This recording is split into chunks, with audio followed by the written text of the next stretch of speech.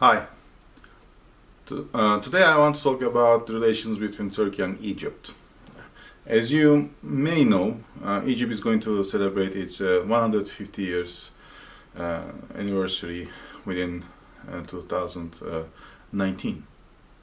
And that makes me wonder what might be the future of Egyptian and Turkish relation. Now, looking at the history, Egypt was under the control of Ottoman, which is a Turkish empire, and for like 400 years around. That makes a history within Egypt. Turkish Ottoman were controlling the Suez Channel and all the land in Egypt. So Turkey has a historical ties with Egypt, either we want or not. That's why we have to closely monitor the outgoing developments in Egypt and how the future might be shaped for two countries. Now, we have to now closely monitor or evaluate the history within last decade of Egypt. It was Hosni Mubarak, but then the Muslim Brotherhood leader Morsi has been elected in the elections in 2000, if I'm not wrong, 12 and 13. And then he was there around a year. His general Sisi has conducted a military action against his leadership, and then he became the president during 2014. Since then, Egypt has been involved in bad economic situation as well as domestic political issues, such as the existence of brother Muslimhood actions, movements, and some terrorist actions within Sinai Peninsula. Why it is interesting for Turkey to know what's going on in Egypt? Because of the Mediterranean that we are sharing also with Egypt, it makes at the moment a very unique bond. We have to closely now look at what Egypt has been thinking for next decade. Now they have discovered a gas reserve in the within their own sea rights, and they want to explore this. They want to also sell it most likely to Europe, which is the nearest rich peninsula or land. Now, to do that, there are two main options for Egypt. One of them is a sea route, which is risky, costly, and we can also divide that into two. One of them through LNG ships, big tanks, that needs to be going to most likely Italy and Greece, and then with the pipeline it should go to within Europe, motherland, and it goes to Egypt by sea from to Cyprus, then Cyprus to northern Cyprus to Mediterranean to Turkish land, most likely Adana and Ceyhan, which we have some facilities, and then through there to Greece back again with the same line with either BTC or TAP to Vienna, and Vienna to internally to be distributed very easily within European motherland. Now, to do that, there are a lot of problems that not only Egypt and Turkey should resolve, but also like countries like Greece, Israel, Lebanon, even Italy. Everybody should be get agreed with all these problems. But now we are looking at Egypt, and we are looking at the options on the table. The sea routes are costly, and it has very much disadvantages, such as seasonal constraints as well as security. Turkey and through Cyprus to Turkey is the best option, despite the fact that the problems within that region is high. especially for Cyprus issue, is a main concern within Cyprus, Northern Cyprus, Southern Cyprus, Turkey, and also Greece, even to most extent to European Union, because Greece and Cyprus are within European Union. Now, coming to this Egypt issue, for Egypt there are three security parameters utmost important. First one is always they are stating that they are going to defend their country from any foreign involvement or actions, which is every country has such security doctrines. Second, Egypt has around 100 million population, which is the highest Arab population within the Arab community. And therefore, and whenever we are looking at where they are living, since the first days of Nile is very important, it's around the Nile area. That makes Nile very important. Most of them are living within Cairo or around Cairo, but the Nile area is also important, and Sisi needs to also dedicate the development program around there. So they say always, they think as much as Cairo, the Sinai Peninsula is also important for protection and security purposes. Now, these are the first two ones, which Turkey has no interest at the moment. I will explain why also at the moment. But the third one is very important, and it now creates a problem or a concern or a conflict between, let's say, Egypt and Turkey. The Mediterranean Sea, and when we are looking at Egypt as a geography, it's within the Mediterranean Sea, the southern Mediterranean Sea, the Red Sea, and the Nile area. Mostly the population is. And the economic ties with either Red Sea to Asia and Mediterranean Sea to United States or to Europe is vital for Egypt to protect. So for that reason, once we are going to remember that Turkey is now increasing its influence within northern Cyprus as much as southern Cyprus area, where now Turkey is conducting oil or resources development program to make some surveys and see where there might be some possible gas and oil reservoirs under the Mediterranean Sea. It creates a conflict, a concern to Egypt, because as much as Turkey is now increasing its budget for development program for its air force, for its land force, as much as the navy, now Turkey becomes much more independent compared to 10 years ago to manufacture the military equipment. And now Turkey today, let's say, navy is now, it's a program called Milgen.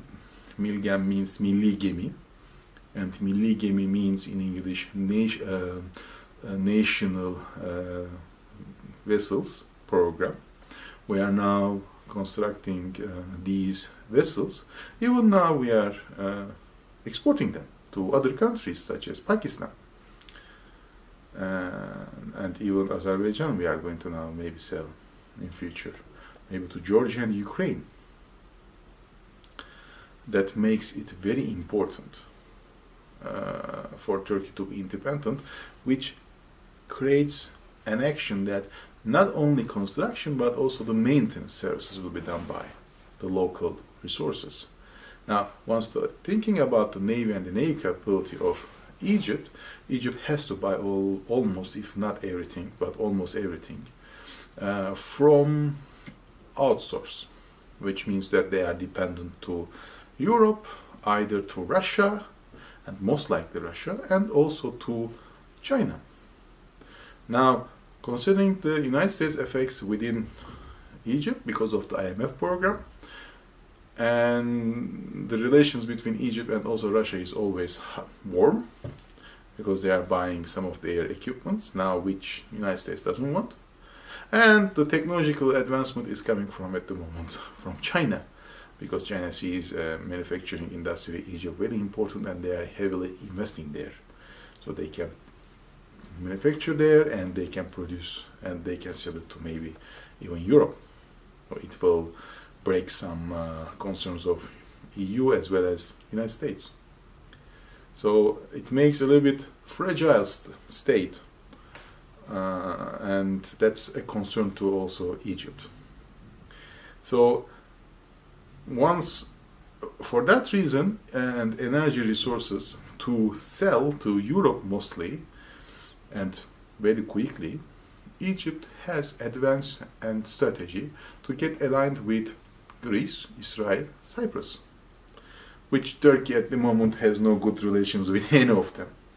This is just to push Turkey to sit on the table or around the table and to have an agreement, such an agreement that everybody will be a little bit happy, but Egypt will start, let's say, exporting all these goods to Europe, including the energy resources. And that is not going to happen quickly, because the problems within Greece and Turkey and Cyprus is great, and it is not easy to resolve. It will take maybe 1 or 2 decades only to get some common understanding, to a mutual understanding, if everything goes all right, by the way. That's why we are predicting that the relations between Egypt and Turkey is not going to be better in the next 1 or 2 decades at least. If not better than today, it will be same, intact.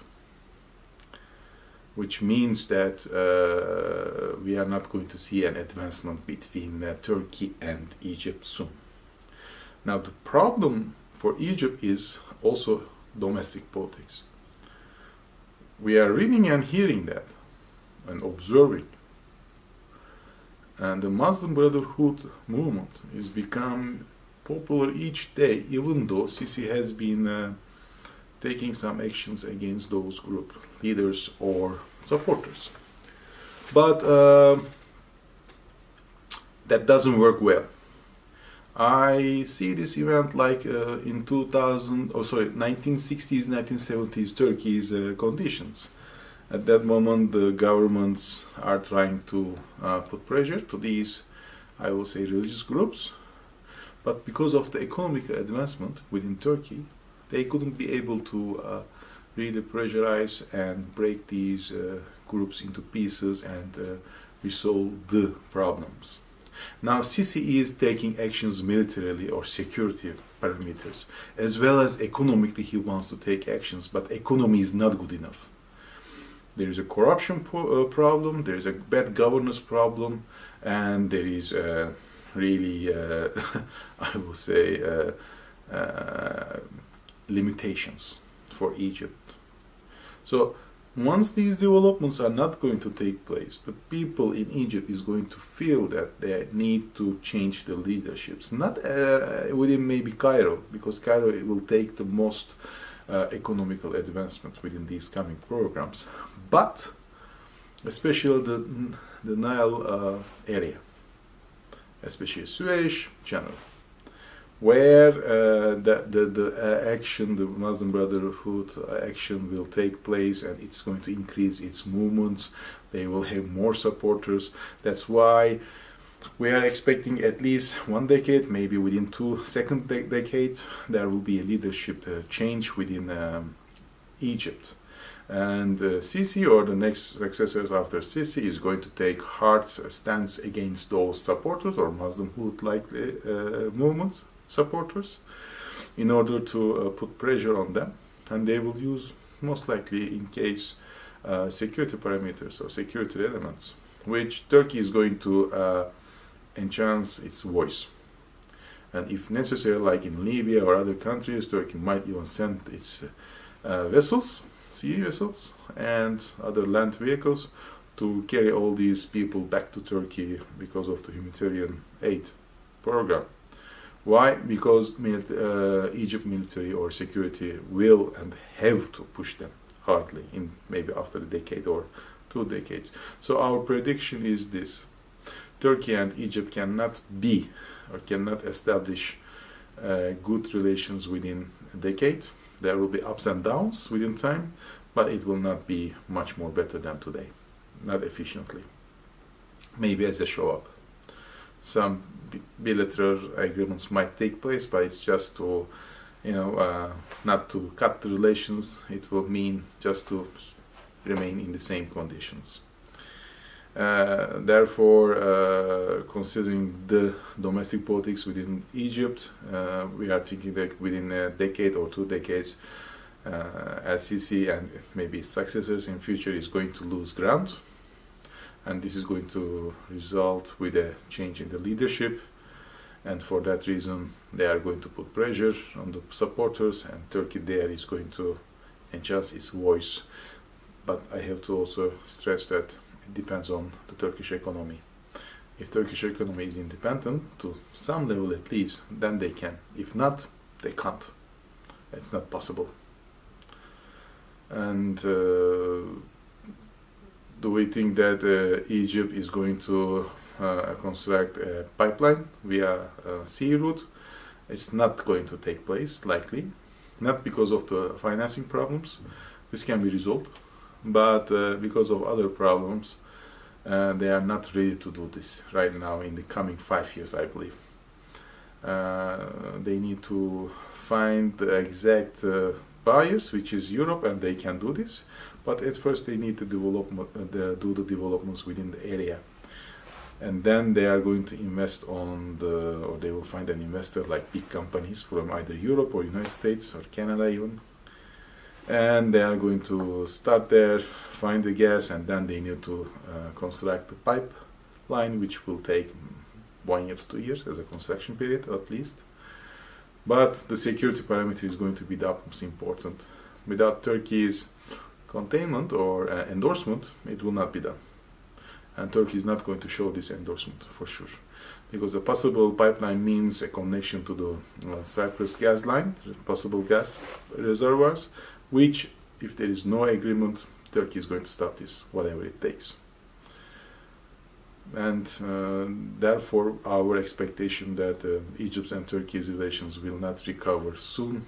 It will remain as intact as today, and within 2 or 1 decade at least, but maybe within 2 at top most, there should be a expectation of ours is there should be a leadership change within Egypt, and once it arises, Egypt at that time existing leadership is going to stress or put pressure on it militarily, and security parameters will work, and that's going to reflect some bad negative impacts on Turkish and Egypt relations, which is going to cause some problems between 2 states even more in future.